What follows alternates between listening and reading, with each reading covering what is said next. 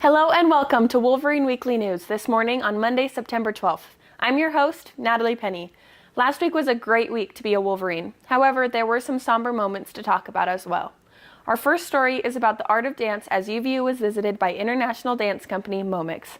Our arts and culture producer, Courtney Larson, has more on the story.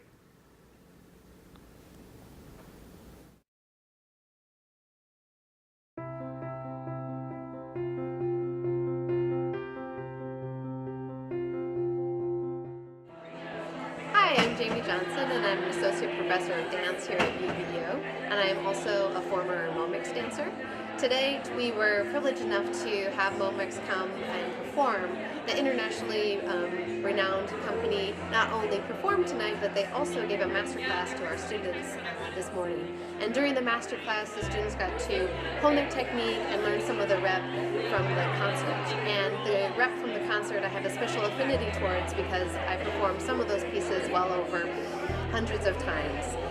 Something that was really unique about the workshop is it was taught by one of the company members, and he talked about the universal language that dance is, and even though they tour all over the world, they get to connect with other people through the movement, and it's just so great to be back in the theaters and to enjoy live performances.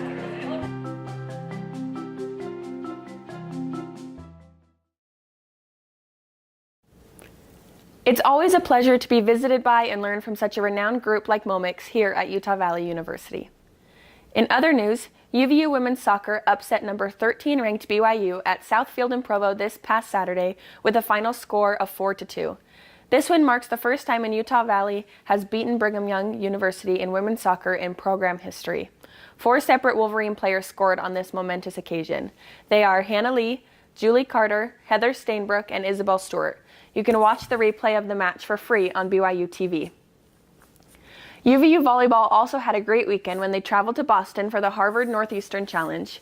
Utah Valley beat Harvard in 4 sets on Friday and Northeastern in 4 sets on Saturday. Fun fact, President Tuminez is an alumna of both BYU and Harvard, so let's make sure she's at every event against her alma mater for good luck. As most of you already know, yesterday, Americans honored and remembered those who lost their lives on September 11, 2001. We will never forget the most horrible act of terrorism committed against our beloved country, nor will we forget all of those who lost their lives and the heroes who gave so much that day and for many days after. Our final story this morning remains in a tone of remembrance as we remember the life of Queen Elizabeth II, who passed away Thursday, September 8th at Balmoral Castle in Scotland.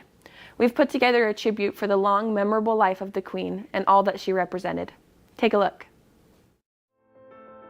Queen Elizabeth II was more than just a monarch defined by the increasing lack of power of the British crown in the 20th century.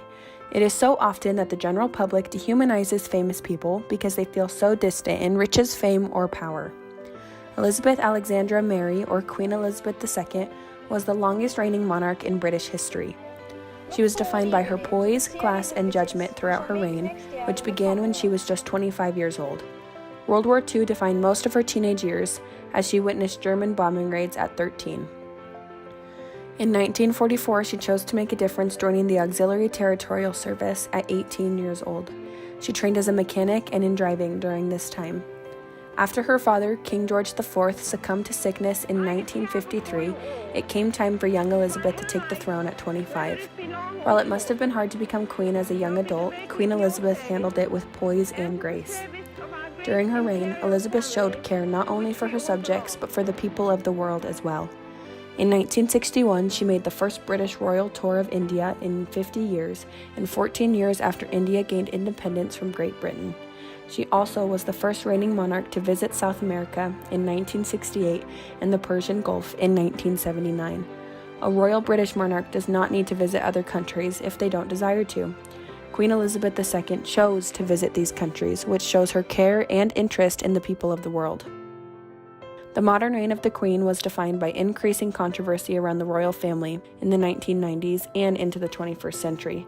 Elizabeth was faced with challenges through the divorce of Prince Charles and Princess Diana and the subsequent death of Diana in a horrible car crash. The Queen did their best to keep these personal family issues out of the spotlight of the tabloids, but the world had changed. Some may think the Queen's hesitancy to comment on these events as troublesome. Others believe it was wise considering the circumstances. Ultimately, we will remember the reign of Elizabeth II by the grace of God, of the United Kingdom of Great Britain and Northern Ireland, and of her other realms and territories, Queen, head of the Commonwealth, defender of the faith as historic, a 70-year reign as Queen, the longest reigning British monarch and longest reigning female monarch in the world. You will be missed by your subject and us as well. God save the Queen. That's all we have this week for Wolverine Weekly News. Thank you so much for tuning in. Be sure to follow us on social media at UVU Review, check out our website at uvureview.com, and subscribe to the UVU Review YouTube channel. Have a great rest of your week.